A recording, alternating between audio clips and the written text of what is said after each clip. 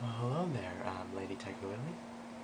Today is Wednesday, and I take German for for a while. Um, I'm bilingual, which means I speak many languages, and my challenge for you guys is to balance a book on top of your head. If you can't do it, let your roommate do it. Okay? See you next week.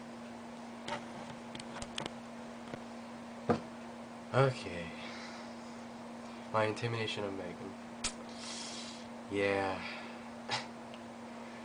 I had a gut feeling I had to intimidate Megan. I had a gut feeling that I did. So, yeah. But hey, it's okay, you know? She was last, so what can you do, you know? We gotta be fair. Alright.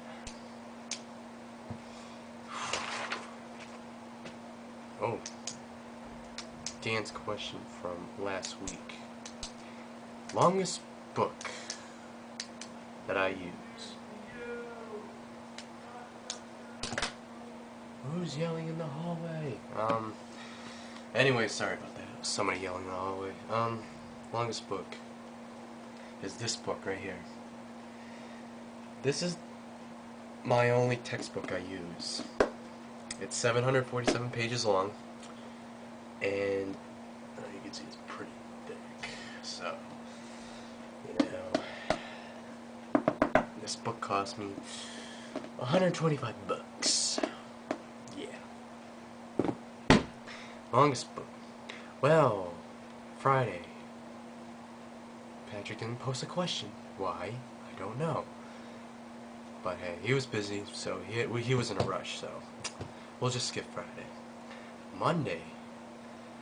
Recent book I'm reading right now. Well, I'm not reading any recent books, but I took this book with me. It's the book on George Orwell, 1984. I like this book. It tells about Big Brother and the Big Brother and the government watching the people. Basically, if you watch the movie Brazil, it's almost like this book. There's some scenes in Brazil that usually come from 1984. So now I got the questions and challenges out of the way. Now, my question of the week is how many essays do you have to write in a week? That's my question. Okay, well, the title of this movie is called Major Activity Day. Why is it called that for a reason? Well, as you know, that it was last Friday. Yes, last Friday. I went on a bus. I woke up at 7 o'clock in the morning. I went to the bus around 8, left around 8:30ish, and then went to Lake Willoughby, got off the bus with some group of kids, and then we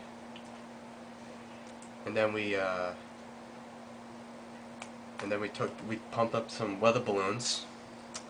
It was about 3 weather balloons we tested. The first one we just, let some student track the weather balloon with some instrument, measuring the amplitude and elevation of the weather balloon. So one student did that, and the second balloon launch, I recorded the amplitude and elevation by using the telescope. This instrument was basically what the meteorologists used way back when, like in the late 1700s, like when Ben Franklin and Thomas Jefferson used, so to track basically any movement of objects such as a cloud or maybe like the sun. Well, not the sun, but most likely it's used for clouds or basically the weather balloons or kites, whatever, anything that travels. Basically, that's what they use that instrument for.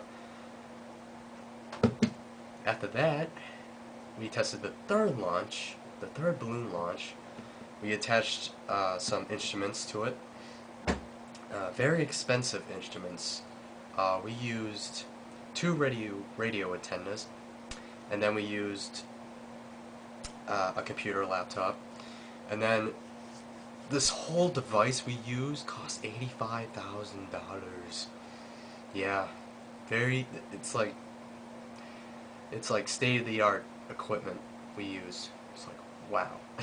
So when we attached the instruments to the weather balloon, we released it, and then it started recording measurements as it went up into the atmosphere. It recorded measurements on the laptop.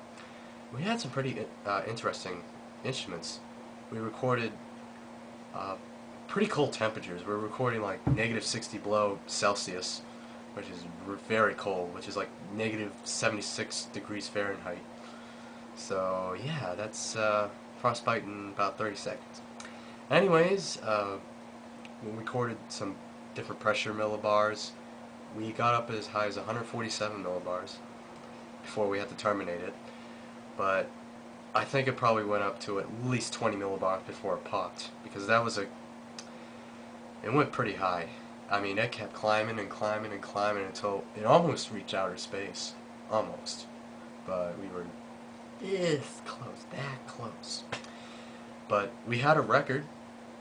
We had a record for seeing the weather balloon with our own human eyes, at 300 millibars, which is really high. That's 300 millibars is between like outer space, and this is like 300. If you want to compare it, this is 0. This is 300. So we could see it from our point of view. This is how we saw it. Wow, we must have good human eyes. Anyways, after that, we went to a barbecue lunch at some community center, and we, I don't know, had some burgers, hot dogs, chips, play some wiffle ball outside, have a good time, eat some, the new Met Majors and all that. And then we went inside a community center and we presented data we collected from the day, the major activity day, and then we and we presented it to the whole group with all the plotted data on a line graph. Our group plotted the height of the balloon and the wind speed in the different heights we recorded. So after that day, I went back to London State, and then I had another presentation to go to, which was at 4:30, and I met Al Caprillion from Darien, New Hampshire, who was on WNDS. He was a London State alumni, and I thought that was cool, because I knew Al since I was in kindergarten, probably when I was like 5 years old. And man, I remember when he read me a kindergarten story. I remember that. That was the first time I met him. And I saw him a couple times in my life, playing a basketball game. He was there. But that was it. But anyways, I saw him during the presentation. I talked to him for a long time, actually. I talked to him for about at least 2 hours, maybe 3 hours, talking about the weather, how's Derry going, and all that stuff, since he works there.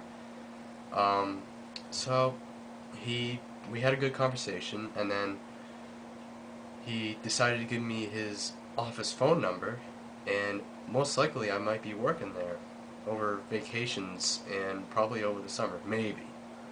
But I'm just called, maybe just to visit the station, see what's available at the station, But we'll see. We'll see what happens. So basically, my last Friday was a big day for me. It was the most exciting day for me. I could have a job opportunity soon, maybe. I don't know, but we'll see. But I'm pretty excited right now. And well, today, I've been sick for a while, actually. As you know, the way I talk a little bit,